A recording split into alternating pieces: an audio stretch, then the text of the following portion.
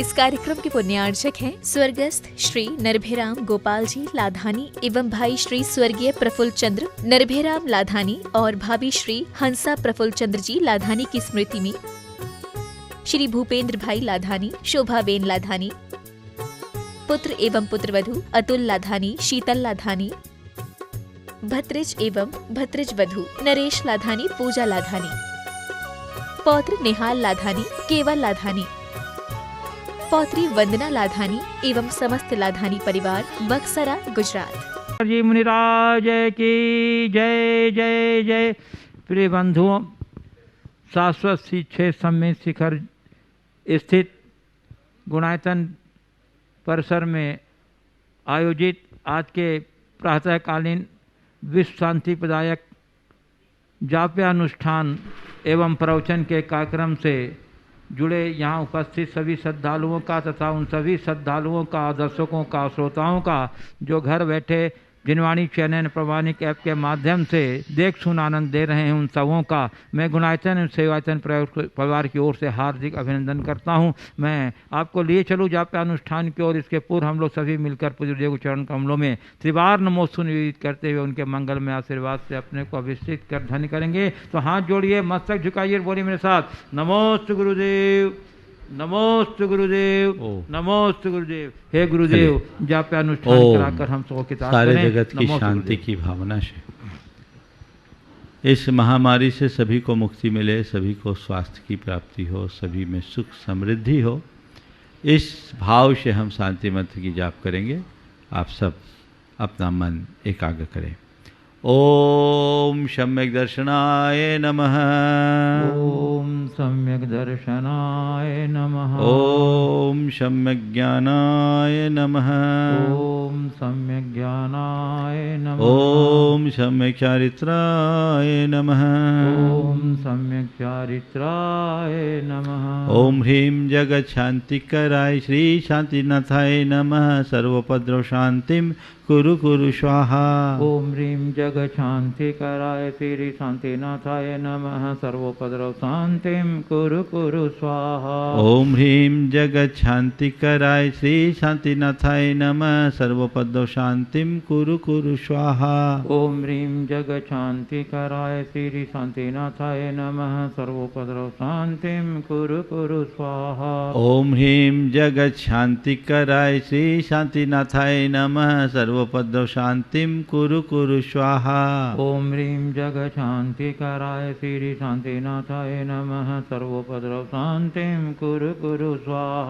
ओम ह्रीं जगत शांति कराय श्री शांतिनाथाय नमः। सर्वोपद्रव शांतिम कुरु कुरु स्वाहा।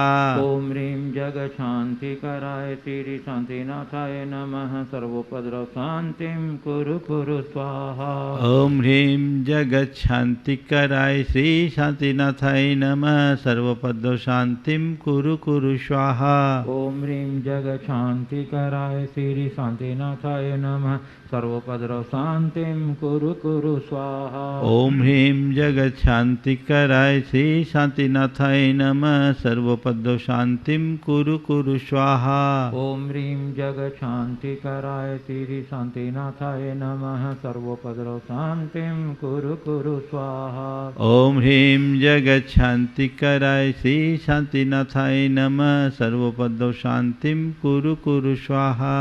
ओम ह्रीं जगत शांति कराय श्री शांतिनाथाय नमः। सर्वोपद्रव शांतिम कुरु कुरु स्वाहा। ओम ह्रीं जगत शांति कराय श्री शांतिनाथाय नमः। सर्वोपद्रव शांतिम कुरु कुरु स्वाहा। ओम ह्रीं जगत शांति कराय श्री शांतिनाथाय नमः। सर्वोपद्रव शांतिम कुरु कुरु स्वाहा। ओम ह्रीं जगत शांति कराय श्री शांतिनाथाय नमः। सर्वोपद्रव शांतिम कुरु कुरु स्वाहा। ओम ह्रीं जगत शांति कराय श्री शांतिनाथाय नमः। सर्वोपद्रव शांतिम कुरु कुरु स्वाहा। ओम ह्रीं जगत शांति कराय श्री शांतिनाथाय नमः। सर्वोपद्रव शांतिम कुरु कुरु स्वाहा।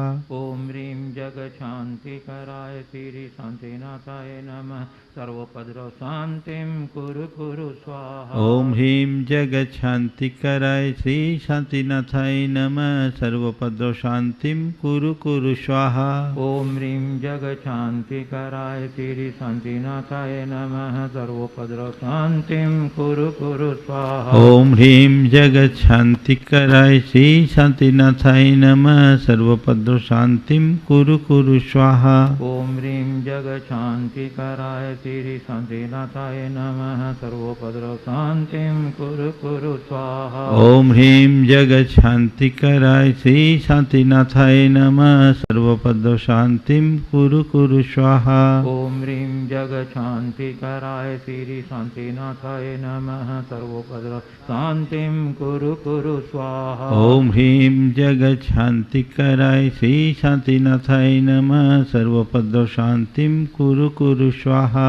ओम ह्रीं जगच्छान्तिकराय श्री शान्तिनाथाय नमः सर्वोपद्रव शान्तिं कुरु कुरु स्वाहा।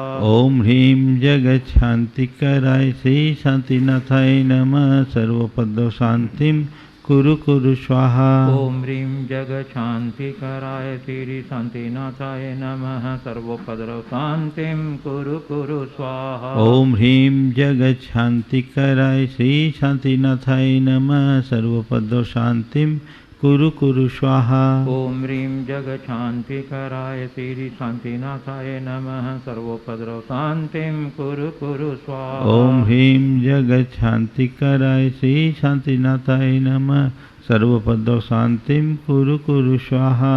ओम ह्रीं जगच्छान्तिकराय श्री शान्तिनाथाय नमः सर्वोपद्रव शान्तिं कुरु कुरु स्वाहा। ओम ह्रीं जगच्छान्तिकराय श्री शान्तिनाथाय नमः सर्वोपद्रव शान्तिं कुरु कुरु स्वाहा। ओम ह्रीं जगच्छान्तिकराय श्री शान्तिनाथाय नमः सर्वोपद्रव शान्तिं कुरु कुरु स्वाहा। ओम ह्रीं जगच्छान्तिकराय श्री शान्तिनाथाय नमः सर्वोपद्रव शान्तिं कुरु कुरु स्वाहा। ओम ह्रीं जगच्छान्तिकराय श्री शान्तिनाथाय नमः सर्वोपद्रव शान्तिं कुरु कुरु स्वाहा।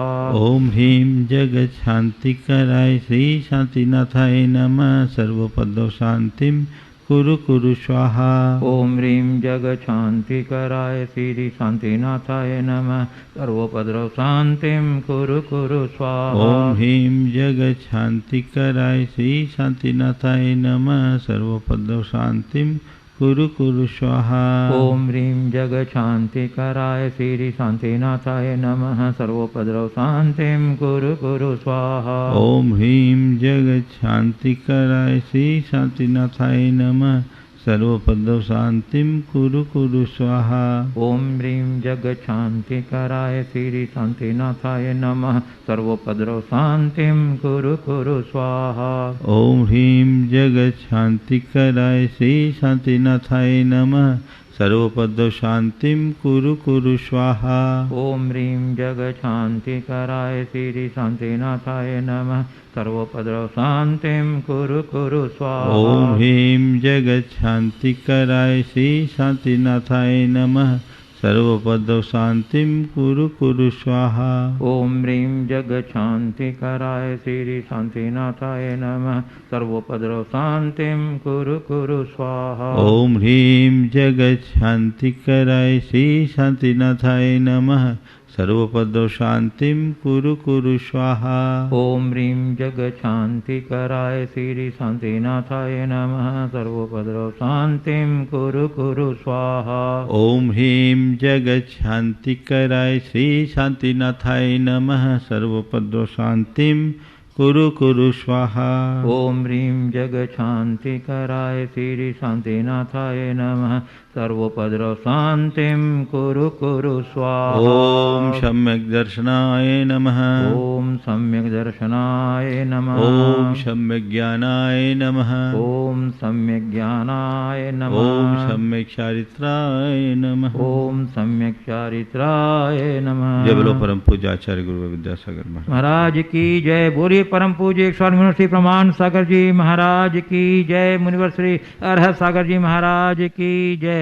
प्रिय बंधुओं, जैसा कि आप लोग को विदित है कि 786 सम्मेद शिखर में जिन धर्म की अचिंत प्रभावना करने वाला आयतन गुणायतन के निर्माण का कार्य तीव्र गति से चल रहा है, अभी तक यदि आप गुणायतन जैसे इस विशाल अभियान से नहीं जुड़े हैं तो आपसे मेरा अनुरोध है कि आप गुणायतन कार्यालय संपर्क करके इसके विभिन्न सदस्यता योजना की जानकारी लेते हुए उससे जुड़ करके आप शीघ्र ही अपने सहयोग का हाथ हमारे तक बढ़ाएं और साथ ही आप प्रतिदिन होने वाले शांति धारा के कार्यक्रम में भी पुण्यार्जन का सौभाग्य प्राप्त कर सकते हैं। अपने जीवन के विशेष मांगलिक अवसरों पर, स्वास्थ्य लाभ आदि विशेष अवसरों पर हम आपके उदारतापूर्ण सहयोग का स्वागत करेंगे। आपके सहयोग से ही हम शीघ्रता से गुणायतन योजना को पूरा कर सकेंगे। हम आपको घोषणा कर रहे हैं जो हमारे साथ अभी नए सदस्य जुड़े हैं गुणायतन से, यहाँ निर्माण निधि के लिए 11,000 रुपये की राशि देते हुए दिल्ली से श्री रोशन लाल गर्ग, श्रीमती कृष्णा देवी जैन, अशोकनगर से श्री सम्यक कुमार जैन, श्री सुनील कुमार जैन, इंदौर मध्य प्रदेश से श्री नवीन जैन, श्रीमती मंजू जैन, पलाश जैन, डुग एरिया, बड़ौद से श्री सोहन लाल जी जैन, इन्होंने 21,000 रुपये की राशि प्रदान की है। और श्री न्यू दिल्ली से श्रीमती सुधा जी जैन, श्री राजेंद्र जी जैन, ये सभी निर्माण निधि जुड़े हैं। हम आपका बहुत बहुत साधुवाद करते हैं। बंधुओं, निर्माण मित्र के रूप में 31,000 रुपये की राशि प्रदान करते हुए जुड़ रहे हैं अहमदाबाद गुजरात से डॉक्टर शीतल राजेश सोने जी, सोहम सोहिनी, शर्मिष्ठा बेन सोने जी, सुरेंद्र भाई, कोकिला बेन देसाई, अहमदाबाद। और बंधुओं, आज विशेष रूप से गुणायतन से संस्थापक सदस्य के रूप में, ट्रस्टी के रूप में जुड़ रहे हैं श्री नरेंद्र कुमार जैन मोदी, श्रीमती सरिता जैन भोपाल वाले, उनके परिवारजन हैं पुत्र अंकित जैन, पुत्र अधु अनामिका जैन, पौत्र विहान जैन, पौत्री वान्या जैन, दामाद हैं नितिन जैन, पुत्री नीति जैन, पौत्र काव्यांश जैन, रियांश जैन, दामाद शरद, पुत्री प्रीति, पौत्र अनंत, पौत्रा अनादि। इस प्रकार जो लोग भी जुड़े हैं उन सबके उत्तम भविष्य की कामना करते हैं, साधुवाद देते हैं और आपसे अपेक्षा रखते हैं कि आप शीघ्रता से अपने सहयोग का सक्रिय हाथ हमारे तक बढ़ाएं। चलिए अब इसी के साथ मैं आपको लिए चलता हूँ गुरुदेव के प्रवचन की ओर। इसके पूर्व हम लोग सभी मिलकर गुरुदेव को चरण कमलों में त्रिवार नमो से निवेदित करते हुए उनके मंगलमय आशीर्वाद से अपने को अभिषेक कर धन करेंगे। तो बोलिए मेरे साथ, नमोस्तु गुरुदेव, नमोस्तु गुरुदेव, नमोस्तु गुरुदेव। हे गुरुदेव, अपनी प्रवचन श्रृंखला की अगली कड़ी से संबोधित कर हम लोग के साथ करें। नमोस्तु गुरुदेव, नमोस्तु। सभी लोग अपने दोनों हाथ जोड़ लें और मेरे साथ महामंत्र के स्मरण के लिए अपना मानस तैयार करें।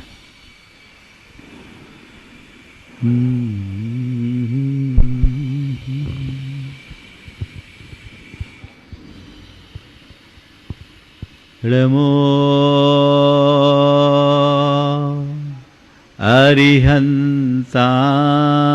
अरिहंताणं, नमो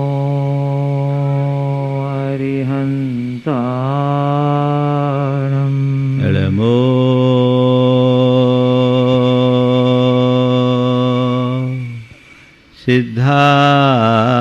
सिद्धाणं, नमो सिद्धाणं, नमो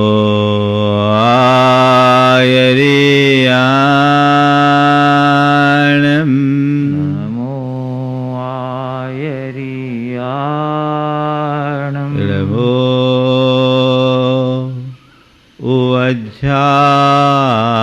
उवज्झायाणं, नमो वज्झायाणं, नमो लोये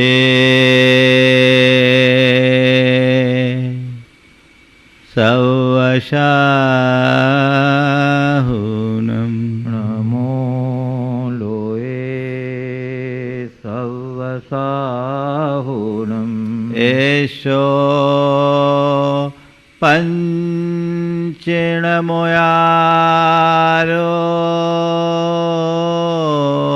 एषो पंचनमो यारो, सवपावपणाशिनो,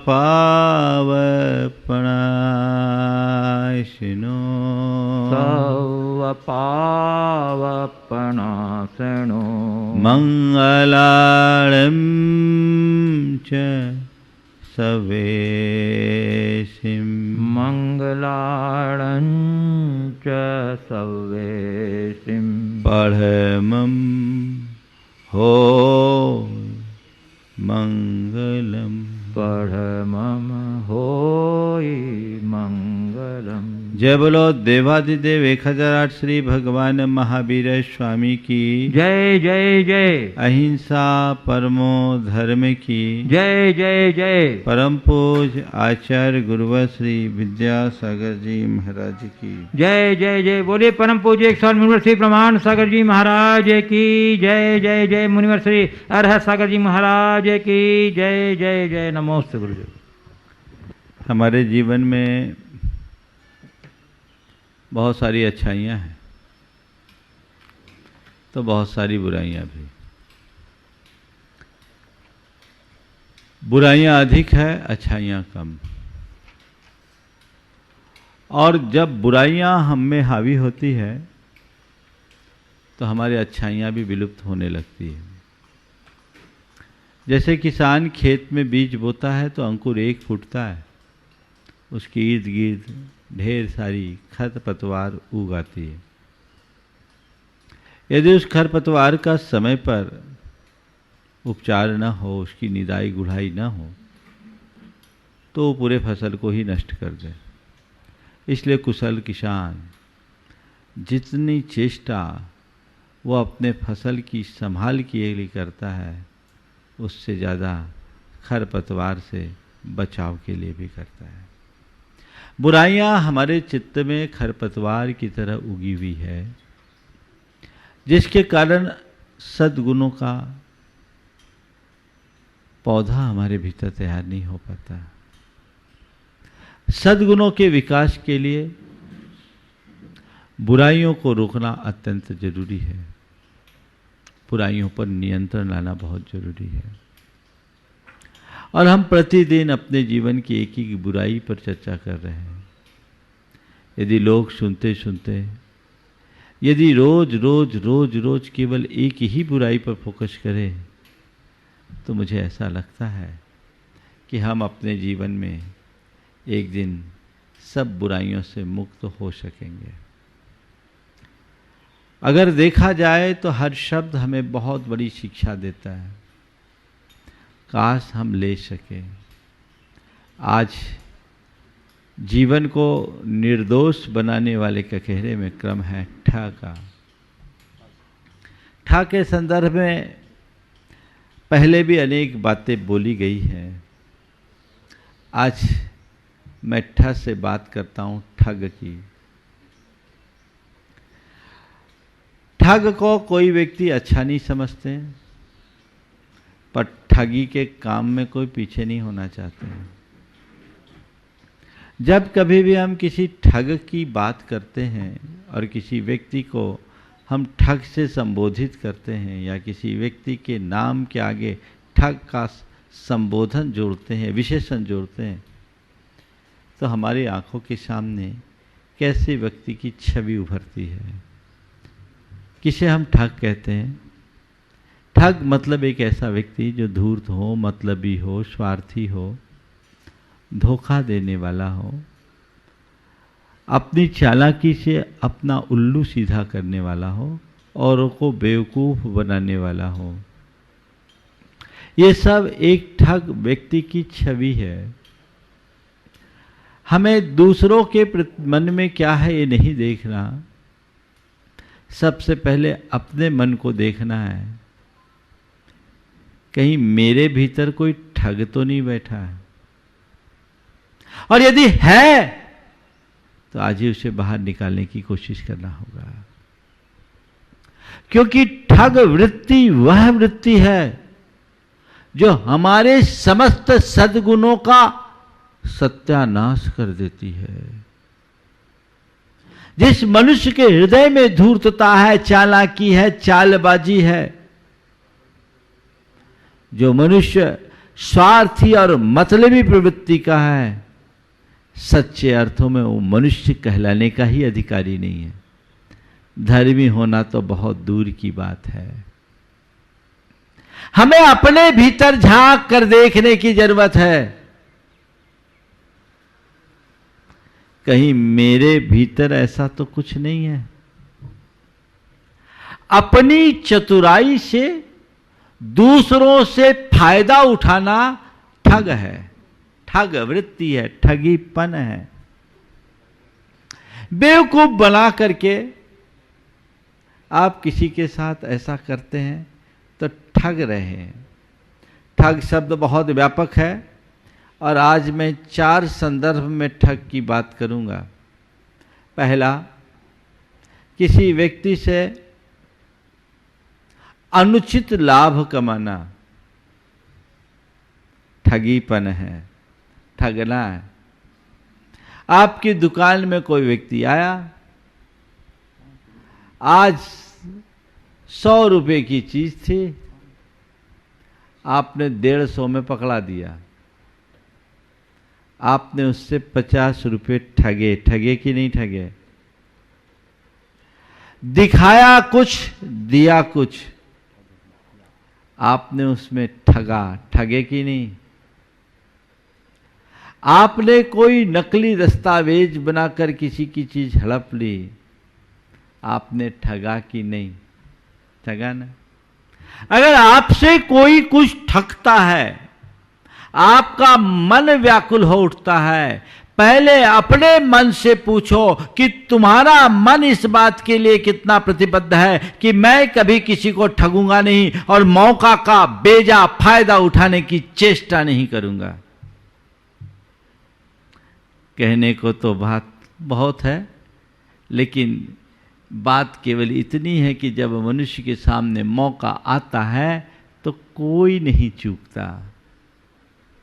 सब एक दूसरे को ठगने में लगे होते हैं। और मनुष्य की दशा क्या है? देखो, स्कूल में टीचर ने क्लास में आकर बोला, कल तुम सबका ग्रुप फोटो लेना है और तुम सब लोग अपने अपने घर से 50-50 रुपये लेके आना। सब बच्चों ने सुना। एक बच्चे के मन में आया, गजब का, ये तो ठग रहे। अरे फोटो तो 20 रुपये में आ जाती है, ये 50 रुपये लेके क्या करेंगे? सबसे 30 रुपया बचाएंगे। 500 बच्चे हैं, एक एक बच्चे से 30-30 रुपया बचाएंगे तो कितना? 15,000 रुपये खड़े हो जाएंगे। ये तो ठग रहे हैं। ठीक, घर गया, अपनी मम्मी से कहता, मम्मी कल ग्रुप फोटो होना है। तो टीचर ने 100 रुपये मंगाए। 100 रुपये मंगाए। 100 रुपये में फोटो खींचती क्या? तो ठग रहा है। बोले मुझे नहीं मालूम, उनने तो 100 रुपये मंगाए। ठीक, अपने पति आए तो पति से कहती है, सुनो जी क्या? सुनो जी क्या? बोले वो बता रहा था पप्पू कि कल सबका ग्रुप फोटो खींचना, पैसे भेजने हैं। बोले भेज दो। बोले कितने भेजने हैं? बोले सबके लिए 250 रुपये आ रहे, 250 रुपया दो।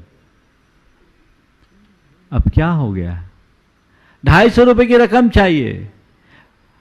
तुम्हें टीचर से 30 रुपया की ठगाई दिख रही है, वो बच्चा उसकी 30-50 के 100 ले रहा है और उसकी माँ उसकी और माँ निकल गई 100 के 250 लेने की कोशिश कर रहे। कोशिश मतलब, कहने का, उदाहरण का मतलब यही है कि सब एक दूसरे को चूना लगा रहे हैं। ये ठग की प्रवृत्ति है। ये जो प्रवृत्ति है, इस प्रवृत्ति से अपने आप को बचाना। नंबर 1, ये एक प्रकार की ठग वृत्ति। लेन देन में अनियमितता या अनुचित आदान प्रदान, ये एक ठगने की वृत्ति है जिससे मनुष्य को बचना चाहिए, बचाना चाहिए। दूसरा जो ठगने की प्रवृत्ति है, किसी के धरोहर को हड़प लेना। दिया, उसने दिया और उसको पचा जाना, ये भी एक प्रकार की ठग की वृत्ति है। ऐसी वृत्ति से अपने आप को बचाना चाहिए। तीसरी बात है, किसी के विश्वास को जीत करके उसे बेवकूफ बना देना, ये भी एक ठग की वृत्ति है। इससे अपने आप को बचाना चाहिए। लेन देन में अनियमितता, धरोहर हड़प लेना, विश्वास को जीत करके उसको धोखा देना, ये ठग पने की प्रवृत्ति। किसी के प्रति विश्वास जगा लिया और जगा करके उसको बेवकूफ़ बना दिया, ये ठगी ही तो है। अपने अंदर देखो, तुमने अपने जीवन में कभी किसी के साथ ऐसा किया कि नहीं किया? जरूर आप पाएंगे। चारों स्थितियाँ आपके पास आएगी। मैं क्रम से चारों की बात कर लूँ, फिर आगे की बात करूँगा। पहली बात मैंने आपसे की, लेन देन का मौका आता है, लोग कितने नीचे स्तर पर आ जाते हैं। और आजकल तो ये सब चीज़ें बहुत हो रही है। लोग कितनी बेईमानी कर रहे हैं। लोग किसी तरह का कोई भी बात करके लोगों को बेवकूफ़ बनाते हैं। व्यापार में देते कुछ है, दिखाते कुछ है। अभी तो देखो लोगों के जीवन मरण का संकट पड़ा हुआ है, तब भी लोग इस ठग विद्या में अपनी निपुणता दिखा रहे हैं। लोगों के लिए और जीवन रक्षक औषधियाँ, रेमडेसिविर जैसी दवाइयाँ या ऑक्सीजन जैसी चीज़ों के लिए कितना ठगा गया, कितने लोग पकड़े भी गए। आप सोचो उस आदमी को आदमी कहलाने का अधिकार है क्या? मुझे तो ये भी मालूम पड़ा, किसी ने कहा कई जगह तो यह है कि इंजेक्शन के नाम पर केवल ग्लूकोज चढ़ा रहे हैं, नकली इंजेक्शन है। वस्तुतः ऐसा इंसान भी नकली ही समझना चाहिए, उसके अंदर असलियत है ही नहीं। तो ऐसे लोगों के जीवन में बड़ी दोहरापन होता है और वे जीवन ऊपर से कुछ होता है, अंदर से कुछ होता है। वो जिंदगी भर बहुत लोगों को दुखी करने की कोशिश करते हैं, पर यथार्थ में वो खुद दुखी होते हैं। अभी थोड़ी देर बाद मैं इसकी चर्चा करूंगा। दूसरों की धरोहर हड़प लेना यानी डकार लेना। किसी ने कुछ दिया, लिखा पढ़ी नहीं की, कोई बात हुई और उस बात को पचा लिया, मामला बहुत गड़बड़ हो जाता है। कई बार ऐसा होता है और लोग उसको पचाने की कोशिश करते हैं, पर संत कहते हैं पाप कभी पछता नहीं, कहीं न कहीं से तो प्रकट हो ही जाता है। और जब उसका पर्दाफाश होता है तो मामला बहुत गड़बड़ हो जाता है। वहाँ व्यक्ति को सावधान होना चाहिए कि तुमने अपने अंदर की ईमानदारी को जीवित रखा या नहीं रखा। अगर तुम किसी को ठग रहे हो तो ये तुम्हारे जीवन की निकृष्टता का ही एक उदाहरण है। तीसरी बात, किसी को विश्वास दिखाकर, विश्वास जीतकर बेवकूफ़ बनाना और वो बेवकूफ़ बना दिए, लोग अपने आप चक्कर में पड़ जाते हैं, निकटता दिखाते हैं, ये हमारा विश्वास पात्र आदमी है, ये हमारा विश्वास पात्र आदमी है, ये हमारा विश्वास पात्र आदमी है। और विश्वास पात्र आदमी के नाम पर उसके संपर्क में व्यक्ति चाहे उसको जो कुछ दे देता है, बाद में सामने वाला उसे ठेंगा दिखा देता है। बड़ी विषम स्थिति हो जाती है। कई बार ऐसा होता है। अभी एक व्यक्ति ने एक व्यक्ति को 5 करोड़ रुपए दे दिए एक संपत्ति के नाम पर, विश्वास करके दे दिया। उसने बहुत सारी बातें बताई, ठीक है, और बड़ा अंधा विश्वास था, बिना लिखा पढ़ी के पैसे दे दिए। अब उसको पैसे लेना है तो पैसा देने का ही नहीं। वो कहता है भैया मैंने लिया कब था जो दूँ, तुम्हारे पास कोई कागज़ पत्तर है तो बताओ। अब बोलो ऐसे बेईमानों को क्या कहेंगे? वो आदमी शॉक्ड हो गया, वो डिप्रेशन में आ गया। मेरी जमा पूंजी मैंने उसको दी और उसने ऐसा कर लिया। बड़ा गड़बड़ होता है। और ठग पने का चौथा रूप है लोगों को झांसा देना, सब जबाग दिखाना, बड़े बड़े सब जबाग दिखाना और उसके बाद झांसे में फंसा लेना, झांसा दे देना। अरे ये सब तो कुछ है नहीं। बहुत सारे लोग आजकल बड़े बड़े स्तर पर ठग करते हैं, ठगी करते हैं। और आजकल तो ऑनलाइन ठगी का भी जमाना आ गया है। इस कोरोना के काल में कितने ठग और कितने कितने रूप में ठगते हैं कोई पता नहीं। एक ज़माने में तो चार्ल्स शोभराज और नटवरलाल एक था, लेकिन अब ऐसा लगता है कि घर घर में इनकी पैदावार हो गई है। लोग सब एक दूसरे को बेवकूफ़ बनाने की कोशिश में लगे हुए हैं। पर संत कहते हैं दूसरों को बेवकूफ़ बनाने वाला खुद बेवकूफ़ बनता है। दूसरों को बेवकूफ़ बनाने वाला खुद बेवकूफ़ बनता है। ये प्रवृत्ति ही बड़ी बेवकूफ़ी भरी प्रवृत्ति है। और जब तक तुम्हारे अंदर ऐसी प्रवृत्ति हावी रहेगी, तुम अपने जीवन को कभी सुखी नहीं बना सकोगे। कभी जीवन में किसी को ठगो मत, कभी किसी को दगा मत दो, कभी किसी को ठगो मत, कभी किसी को दगा मत दो, कभी किसी को धोखा मत दो। दगा किसी का सगा नहीं है, नहीं किया तो कर देखो, और जिसने आज तक अब तक दगा किया जाकर उसका घर देखो। मैं एक ऐसे व्यक्ति को जानता हूं जिस व्यक्ति ने अनुचित तरीके से बहुत पैसा कमाया, बहुत पैसा कमाया। वो इस तरह के फर्जी वाड़े करता, लोगों को बेवकूफ़ बनाता, अपना उल्लू सीधा करता। वो राजनीतिक पहुंच बहुत थी, सत्ता का दलाल भी था, उसका उसने बहुत फ़ायदा उठाया, पैसा तो भरपूर कमाया, लेकिन क्या बताएं वो पैसा उसके कहीं काम में नहीं आया। उसका एक बेटा आत्महत्या कर लिया और पत्नी उसको छोड़कर भाग गई। अब क्या करेगा? एक दूसरा बेटा है वो विकलांग है, वो क्या, अब उसकी आंखें खुली बहुत दिन बाद जाकर कि मैंने तरह तरह के हथकंडे अपनाकर पैसा तो बहुत जोड़ दिया, पर जिनके पीछे मैंने पैसा जोड़ा आज वो मेरे साथ कोई भी खड़ा नहीं है। एक बेटा चल बसा, पत्नी घर छोड़कर चले गई, अरे अपाहिज बेटे की सेवा में मैं अपना जीवन काट रहा हूँ। हमने कहा भैया गलत का परिणाम तो गलत होता ही है, तुमने रास्ता ही ऐसा अपनाया, उसका परिणाम यही होगा। जिस पौधे को खारे पानी से सींचा जाएगा उसमें मीठे फल कभी नहीं निकल सकते। जैसा तुम्हारा जीवन होगा, जैसी तुम्हारी प्रवृत्ति होगी, तुम्हारा जीवन उसी अनुरूप बनता है। इसलिए अपने जीवन में आप एक विचारधारा बदल लेनी चाहिए और जीवन को उसी अनुरूप बनाने की कोशिश करनी चाहिए कि जीवन में कभी किसी को ठगने की कोशिश मत करो, अनुचित तरीके से लाभ उठाने का प्रयास ही कभी मत करो। ये सब शॉर्टकट है, लेकिन ये शॉर्टकट जीवन में शॉर्ट सर्किट उत्पन्न कर लेने वाला है। हमारे जीवन में ही एक ऐसा शॉर्ट प्रकट कर देने वाला है जो हमें कहीं का भी नहीं रहने देगा। इसलिए संत कहते हैं ईमानदारी और नेकी का जीवन जिए, दूसरे को ठगने की कोशिश मत करें। कदाचित तुम्हें कोई ठग दे तो उसमें कोई बुरा नहीं, पर कभी किसी दूसरे को ठगने की कोशिश मत करो। कहते हैं कबीरा आप ठगाइए और न ठगिए कोई, आप ठगे सुख उपजे और ठगे दुख होए। कदाचित तुम्हें कोई ठग ले, ठग जाने दो, पर किसी दूसरे को मत ठगो। आप ठगे सुख उपजे। तुम अगर किसी ठगते हो तो तुम्हारे मन में एक ये हो सकता है कि थोड़े समय के लिए एक दुख हो, वो अल्पकालिक दुख तकलीफ होगी कि मेरी संपत्ति किसी ने हर लिया, मुझे किसी ने नुकसान पहुंचा दिया। लेकिन ये संपत्ति का हरण, ये नुकसान कोई बड़ा नुकसान नहीं है। यदि मनुष्य की सोच सकारात्मक है तो सब कुछ खो करके भी सब कुछ पा सकता है। उसके पास निश्चिंतता होगी और वो संतुष्टि के साथ अपना जीवन जी सकता है। लेकिन और ठगे दुख होए।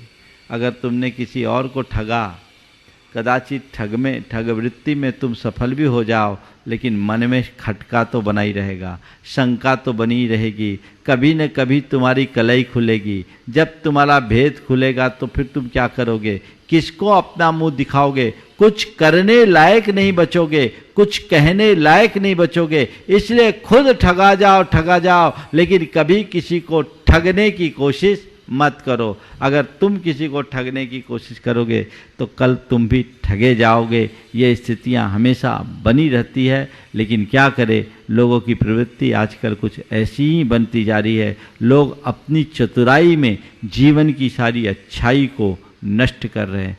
संत कहते हैं सच्चाई का रास्ता अपनाओ, अच्छाई का रास्ता अपनाओ, चतुराई ऐसी मत दिखाओ जिससे जीवन में बुराई आ जाए। बुराई से अपने आप को बचाने की कोशिश करो।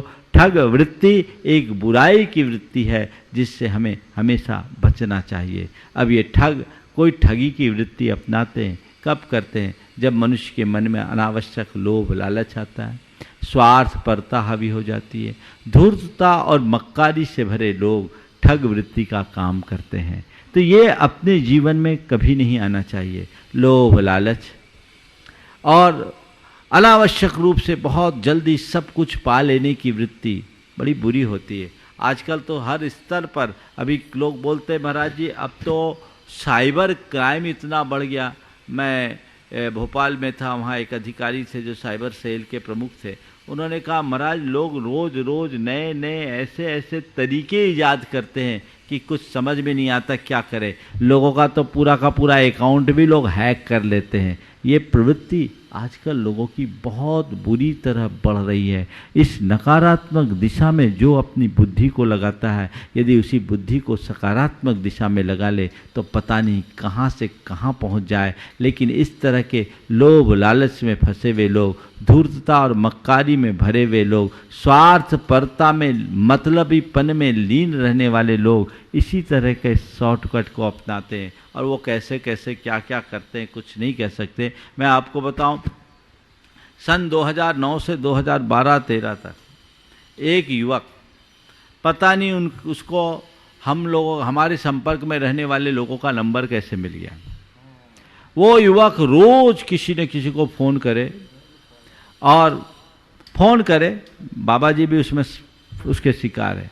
फ़ोन करता, भैया मैं गाड़ी से आ रहा हूँ और मेरी गाड़ी का यहाँ एक्सीडेंट हो गया, गांव के लोगों ने मेरा सब कुछ छीन लिया है, मेरी माँ की तबीयत खराब है। अपना नाम भी बताता, मैं नाम इस मंच से नहीं ले रहा हूँ, पर वो लोगों को इस तरीके से बोलता, भाई बहुत तकलीफ़ है, आप मुझे 5,000 रुपये प्लीज़ इस अकाउंट में डाल दीजिए तो मेरा काम हो जाएगा। और मेरा नाम ले, महाराज के दर्शन करने के लिए जा रहा हूँ, माँ का एक्सीडेंट हो गया, माँ की स्थिति बहुत सीरियस है। अब लोग तुरंत दे दे। 5,000 रुपये का कोई अमाउंट तो बड़ा ही अमाउंट नहीं है, लोग दे दे।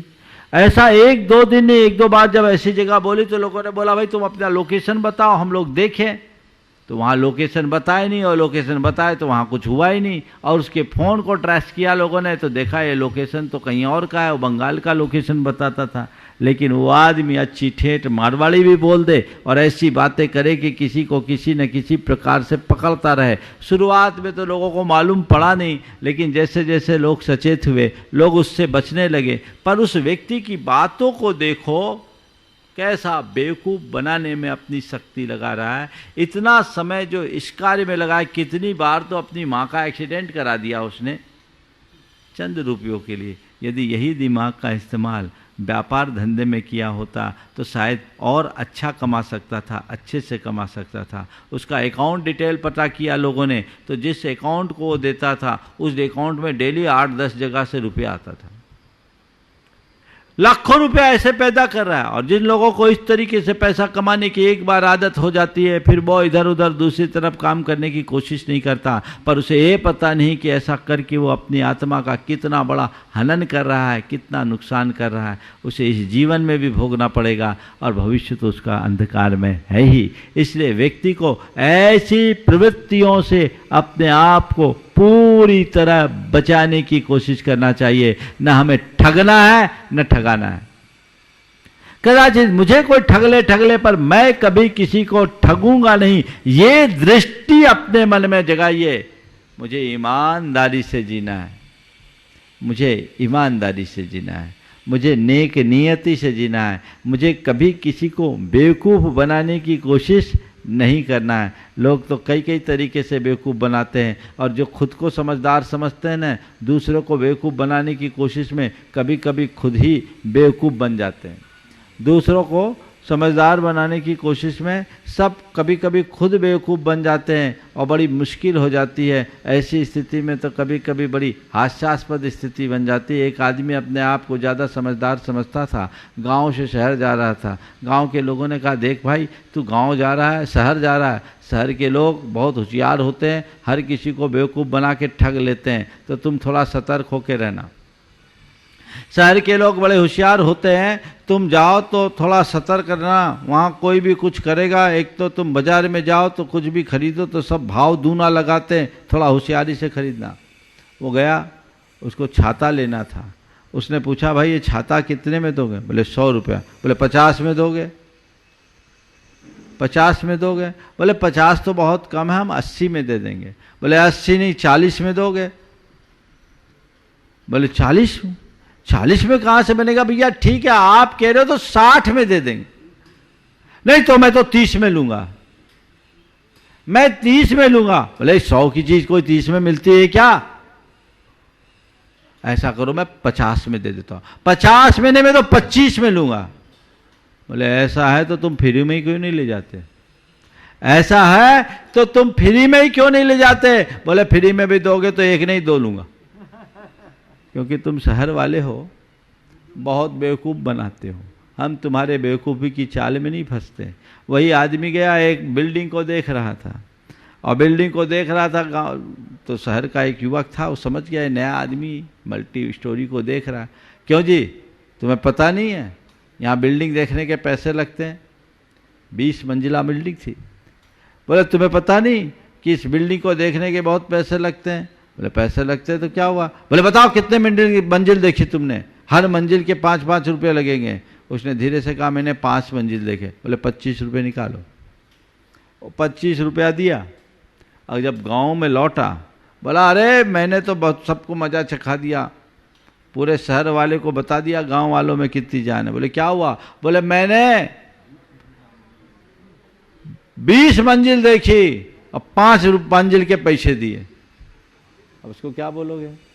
5 मंजिल के पैसे दिए 20, वो सोच रहा है मैंने सामने वाले को ठग लिया, बेवकूफ बनाया, पर खुद ही ठगे गए हो।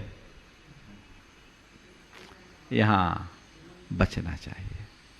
तो ठगने में जिस मनुष्य के अंदर लोभ लालच की वृत्ति, धूर्तता, स्वार्थपरता बहुत तेजी से बनी रहती है, मतलबीपन भरा रहता है, वो व्यक्ति उतना ज़्यादा ठग वृत्ति का आदी होता है। कुछ लोगों का ऐसा स्वभाव ही बन जाता है। ऐसे मनुष्य अपने जीवन का कभी उत्थान नहीं कर सकते। अब सवाल है ठगी किसकी? जो ठगाता है वो कौन है? जो लालची होता है, अंधविश्वासी होता है, वो दूसरों के ठगी का शिकार होता है। बहुत सारे लोग दूसरों की बातों में आ जाते हैं। कब आते हैं? जब सामने वाला लालच दिखाता है, सब जबाग दिखाता है, अरे चलो इसमें मुझे इतना फायदा हो जाएगा, रुपये की चीज चवन्नी में लगा दो, और लगाने के बाद पूरी तरह फिर हाल बेहाल हो जाता है। कई लोग आए दिन आप लोग अखबारों में पढ़ते होंगे, समाचारों में सुनते होंगे, किसी ने किसी को नौकरी दिलाने के बहाने में झांसा देकर पैसा ठग लिया, किसी ने किसी को कोई कंपनी में जोड़ने के लिए ठग लिया। और आजकल तो बहुत सारी ऐसी कंपनियां पैदा हो जाती हैं जो ऊंचे ब्याज देने का सब्ज बाग दिखाती है, अपना जाल फैलाती है, और फिर करोड़ों रुपया आस पास के इलाके से ऐंठ कर रफू चक्कर हो जाती है। कई लोगों के साथ है। तो ये ठग की वृत्ति है, और ठगने वाले बड़े चतुर होते हैं, और चतुर होने के कारण वो अपना बड़ा हिसाब किताब से काम करते हैं। ऐसी प्रवृत्ति से बचिए। लालच जब तक होगा आप ठगी के शिकार बनेंगे, इसमें कोई संशय नहीं। जिस व्यक्ति के मन में लालच, वो ठगी का शिकार बनता ही है। एक व्यक्ति के विषय में मैंने सुना, मुझे किसी ने सुनाया था, नाम नहीं ले रहा हूँ, कि एक बड़े प्रवक्ता थे संत के रूप में। उनका उपदेश बहुत अच्छा होता था, हजारों लोग उनको सुनते थे। उनके पास एक भक्त आया, और भक्त आया और पहले दिन उसने उनके चरणों में 10,000 रुपये रख दिए। बोले कुछ नहीं माँ गुरुदेव, आपके चरणों में ये थोड़ी सी भेंट है, ठीक। फिर 2 दिन बाद फिर आया, अब की बार 50,000 रुपये दे गया। 50,000 रुपये दिए। गजब, ये तो अपना परम भक्त है। बोले क्या? बस गुरुदेव आपके दर्शन करके जाता हूँ, मेरा दिन मंगल हो जाता है, तो मुझे लगता है कि कुछ तो आपके चरणों में रखना चाहिए, मेरी तुच्छ भेंट है। फिर 3-4 दिन बाद वो आया, और अब की बार लाख रुपया दे गया। 10,000, 50,000, 1 लाख। 1 लाख रुपया दे के गया। तो अब की बार उस व्यक्ति के प्रति संत के मन में कुछ जिज्ञासा जगी कि आसामी बड़ा दिखता, भक्त अच्छा, उसको अकेले में बुलाया। पूछा भैया तुम इतना इतना सब देखे जाते हो, क्या करते हो? बोले कुछ नहीं महाराज, आपका दर्शन मेरे लिए बहुत शुभ होता है। बोले क्या है तुम करते हो? बोले मैं सटोरिया हूँ, सटोरिया हूँ, आपके दर्शन करके जाता हूँ, और जिस दिन आपके दर्शन करके जाता हूं मैं बहुत कमाता हूं, और मैंने तय कर लिया जितना कमाऊंगा उसका 10% आपको, जितना कमाऊंगा उसका 10% आपको। तो ईमानदारी से मैं 10% आपको दे जाता हूं। महाराज आपकी कृपा है, बस आप ऐसे ही रोज दर्शन देते जाइए, मैं कमाता जाऊं। अब क्या हुआ, उसके मन में लालच आ गया। पैसा उसके पास भी था।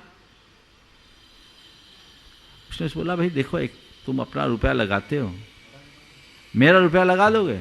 बोले महाराज आप दे दो तो कोई दिक्कत नहीं, आप जो दोगे मैं लगा दूंगा। उन्होंने पहले दिन 1 लाख रुपया दिया, जो लास्ट दिन दिया बोले 1 लाख रुपया को लगा देना। वो दूसरे दिन आया और 10 लाख रुपया दे गया। 10 लाख रुपया दे गया। अरे वो तो बड़ा प्रफुल्लित हुआ कि गजब, 1 लाख के 10 लाख, अगर मैं अपने इतने रुपये रखे क्या काम के, इसको पकड़ा दूं तो मेरे तो बारे न्यारे हो जाएंगे। उसके मन में भरोसा आया, लालच तो था ही। 1 करोड़ रुपया दे दिया, ये लगा देना। वो 1 करोड़ रुपया लेकर गया, आज तक लौट के नहीं आया। 10,60,000 में 1 करोड़ ऐंठ लिया। कौन फंसा? लालच फंसाता है। अपने मन को पलटो। कैसे? कई कई बार तुमने लालच में फंसकर दूसरों के ठगी के शिकार हुए, तो ये लालच की वृत्ति पर नियंत्रण रखो। कई बार लोग रुपये की चीज चवन्नी में लेने के चक्कर में वो चवन्नी भी मिटा देते हैं, कुछ भी नहीं बचता, हाथ में ही कुछ नहीं होता। इसलिए कहते हैं लालच बुरी बला है। ऐसी लालच से अपने आप को बचाओ, मन में कभी हावी मत होने दो। जो भी चीजें हैं, एक सिद्धांत बना लो कि अनुचित तरीके से कोई चीज लेंगे नहीं और अनुचित दाम में कोई चीज लेंगे नहीं। यदि अनुचित दाम में मिल रहा है, भले वो कम दाम दिख रहा है, तो समझ लो दाल में काला है। पहले पूरी तरह तहकीकात करो, फिर करो। बहुत सारे लोग, अभी मैं एक स्थान पर था, एक आदमी ने आकर के अपनी व्यथा कही। उसने अपने रिटायरमेंट के बाद जो कुछ भी उनको प्रोविडेंट फंड का पैसा मिला, ग्रेच्युटी मिली, सब एक व्यक्ति को दे दिया। वो एक बिल्डर था। उस बिल्डर को उसने अपनी जमा पूंजी कुल 60 लाख रुपए थी, पेंशन मिलना नहीं था। जमा पूंजी की जो बची राशि थी 60 लाख रुपया दे दिया। ये सोच करके दिया कि उस आदमी ने कहा था कि हम आपको 3% ब्याज देंगे।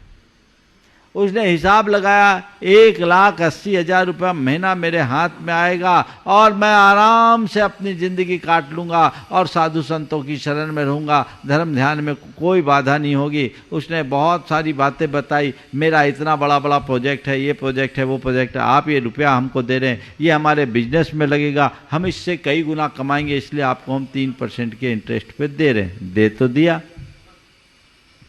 पर वो आदमी खुद ओवर एस्टिमेटेड था, ओवरलोड था और बाजार में रेसेशन आ गया। अब पैसा दे कहाँ? बाद में मालूम पड़ा उस आदमी पर 80 करोड़ का कर्जा चढ़ा था। जो व्यक्ति मार्केट से 80 करोड़ लिया हुआ, वो किसी का देगा कैसे? उसकी जो संपत्ति थी वो सब मिला करके 15 से 20 करोड़ के अंदर की थी। अब वो 80 करोड़ देना कहाँ? वो आदमी अपना माथा पकड़ लिया, महाराज मेरा तो सब चला गया, अब मैं क्या करूँगा? हमने कहा बाबा जी बनो, और क्या करोगे? ऐसा सोचा क्यों? तुमने दिया क्यों था? बोले महाराज लालच में दे दिए, सोचा अच्छा ब्याज मिलेगा, काम कर लेंगे। हमने कहा यही तो हम लोग रोज कहते हैं, लालच बुरी बला है। सही जगह इन्वेस्टमेंट किया होता तो तुम ऐसे शिकार नहीं होते। उसने ठगा है, ये भले आप न मानो, लेकिन उसकी स्थिति ऐसी बन गई, तुमने उसको ठगने की कोशिश की। ये समझ लो क्यों ज्यादा के चक्कर में पड़े, और ऐसी जगह दो क्यों? और ऐसे लोग बहुत चतुर होते हैं, जिनको लेना होता वो ऐसे ऐसे शब्दों का प्रयोग करके सामने वाले के मन को मोह लेते हैं, विश्वास जताते हैं और फिर अपना ठेंगा दिखा देते हैं। क्या हुआ? एक सज्जन ने बताया, एक विधवा थी, उसने एक सज्जन को रुपया दिया। मालूम था कि इस आदमी का बहुत अच्छा व्यापार है और बहुत बढ़िया है, और इनके यहाँ अगर रकम रखा जाए तो जीवन में सुरक्षा रहेगी, अपने को आधार मिलेगा। तो इसी आशा से उनने अपनी जमा पूंजी 20 लाख रुपया लेकर उनके घर गई। जैसे रुपए ले, देखो क्या होती ठगने वालों की प्रवृत्ति। थैला लेकर के गई, बेटा बोला बाबूजी ये रुपया लेकर आई है। नहीं नहीं, अपने को रुपया नहीं रखना, अपने को बाजार का रुपया नहीं रखना, अपने पास क्या कमी, अपने को रुपया नहीं रखना, अपने को रुपया नहीं रखना। सेठ साहब रख लो, हमारा काम चल जाएगा, हमारे लिए सहारा, मैं विधवा महिला हूँ, मेरे पास कुछ नहीं है, आप रख लोगे तो अच्छा। भाई हम क्या करेंगे, हमारे पास तो बहुत ऐसे ही सब कुछ है, क्यों रखें? बेटा बोलता बाबूजी अब देख लो, चाची जी आई हैं, इनके लिए अगर अपन रख लेते कहीं लगा देंगे, ठीक है? बोला ठीक है, 12 आना सैकड़ा ब्याज देंगे। बोले आप जो दे दोगे सुरक्षित तो रहेगा। पैसा लिया, रख लिया। बोलते जो भी आदमी उसके घर आए उसके सामने पहले यही नाटक करे कि हमको नहीं लेना। बाद में मालूम पड़ा कि वो आदमी पूरे गांव का 20 करोड़ रुपया जीम के बैठ गया। ऐसे लोग जी में बैठे, वो डकार जाने वाले लोग हैं, ये घोर अनैतिक कृत्य है। ऐसे लोगों से बचना चाहिए। और जो दूसरे प्रकार के लोग हैं अंधविश्वासी, जो अंधविश्वास में पड़े रहते हैं, वो ठगी के शिकार बन जाते हैं। बस चलो भाई, किसी ने कुछ कहा, 1 का 2 हो जाएगा, 1 का 2 हो जाएगा। किसी बाबा के चक्कर में जाएंगे, किसी गुनिया के चक्कर में जाएंगे, किसी तांत्रिक के चक्कर में जाएंगे और उसके तंत्र के मकड़ जाल में ऐसे फंस जाएंगे कि सब कुछ खत्म हो जाता है, कुछ बचता ही नहीं। एक परिवार मेरे पास अभी भी जुड़ा हुआ है। एक परिवार की दशा देखो, ठगी का शिकार इंसान कैसे होता है। परिवार का बहुत अच्छा व्यापार था, स्थान का नाम नहीं बता रहा हूँ, काफ़ी अच्छा कारोबार था, डेयरी उद्योग से जुड़े हुए थे, डेयरी उत्पाद से जुड़े हुए थे। वो एक व्यक्ति के चक्कर में पड़ गए। वो बहुत बड़ा ठग था, इसका उनको पता नहीं था, पर वो उनको जो कुछ बोलता गया वो करते गए। शुरुआत में कुछ लाभ हुआ तो उन पर भरोसा हो गया, उनने यहाँ इन्वेस्ट कर दो, वहाँ इन्वेस्ट कर दो, ऐसा कर दो, वैसा कर दो, और वो जो बोला सो इनने किया। और बोलते बोलते उस आदमी के मकड़ जाल में ऐसा फंसा कि ओवर एस्टिमेट इन्वेस्टमेंट हो गया। उस परिवार की दशा ये हो गई कि रातों रात घर छोड़कर भागना पड़ा। 10 करोड़ रुपए की लायबिलिटी, 3 भाई, तीनों अब कहाँ भागे, घर छोड़ा, जो कुछ है वहाँ बाजार में कुछ देने की स्थिति नहीं बची, उनकी हालत खराब। तीनों भाई अलग अलग भागे। उनमें से एक भाई मेरे पास आया, बहुत पुरानी बात है, 20 साल पुरानी। एक भाई मेरे पास आया, अपनी व्यथा कथा सुनाई। महाराज जी, मन तो होता आत्महत्या कर लेने का, लेकिन ऐसा लगता है कि आत्महत्या करेंगे तो बाल बच्चों का क्या होगा। आप बताइए, हमारे साथ ऐसा ऐसा हो गया, हम क्या करें। हम बोले क्या हुआ, क्यों किया। उसने बताया, उस व्यक्ति ने हम लोगों से जैसा जैसा बोला, हम लोगों ने वैसा वैसा इन्वेस्टमेंट करते गए करते गए करते गए। बाद में महाराज वो ठेंगा दिखा दिया। आज वो कहाँ है उसका कोई पता नहीं, पर बाजार में हमारी स्थिति ऐसी हो गई कि हम किसी को मुँह दिखाने लायक नहीं बचे। हम बोले भाई, तुम उनके चक्कर में पड़े क्यों। साधु का काम साधु करे, वो व्यापारी बनेगा तो जरूर कुछ ना कुछ गड़बड़ होगा, तुमने ऐसा किया क्यों था। फिर मैंने उसे समझाया। वो अपने रिलेटिव के यहाँ गया। हमने उसको धर्म ध्यान करने के लिए कहा कि संकट की घड़ी में नमोकार मंत्र की विशेष आराधना करो, भगवान का अभिषेक पूजन करो, ये अशुभ कर्म का उदय अभी तुम्हारे सामने आया, इससे सीख लो। थोड़े दिन किसी के यहाँ नौकरी करो। उस व्यक्ति ने नौकरी किया, संयोग से उसके जीजा जी ने उसको सपोर्ट किया, नौकरी किया, और नौकरी करने के बाद 3-4 साल में उस व्यक्ति ने अपना काम शुरू कर दिया। आज फिर से खड़ा हो गया है। ये एक उसकी अच्छी स्थिति है। लेकिन ऐसे लोग जब ऐसे लोगों के ठगी के शिकार बनते हैं तो बड़ा गड़बड़ होता है। इसलिए कहते हैं कभी किसी को ठगने की कोशिश मत करो, क्योंकि तुम ठगोगे तो सब ठगे जाएंगे। और कई बार ऐसा होता है, आजकल बहुत लोग एक दूसरे के ठगी के शिकार होते हैं। एक बार किसी ने कहा, भैया साड़ू भाई की क्या परिभाषा, साड़ू भाई की क्या परिभाषा। वे लोग जो दो लोग जो एक दूसरे के ठगी के शिकार बने, समझ लो साड़ू भाई है। जो दूसरों के ठगी के शिकार बने वो साड़ू भाई। कई बार ऐसा होता है, लोग दूसरे को ठगने की कोशिश करते। एक व्यक्ति ने, एक सरल चित्त व्यक्ति को अपना खेत बेचा। खेत में कुआं भी था, तो अब कुआं था, उस कुआं से पानी लेने लगा तो उसको होशियारी समझ में आई। बोला भैया, हाँ कुआं था, कुआं में पानी था, तो पानी के बिना खेती कैसे हो। तो उसके मन में होशियारी आई तो उसने बोला, भैया हमने तुम्हें खेत बेचा है, पानी नहीं, कुआं बेचा है, पानी नहीं, पानी का पैसा लगेगा।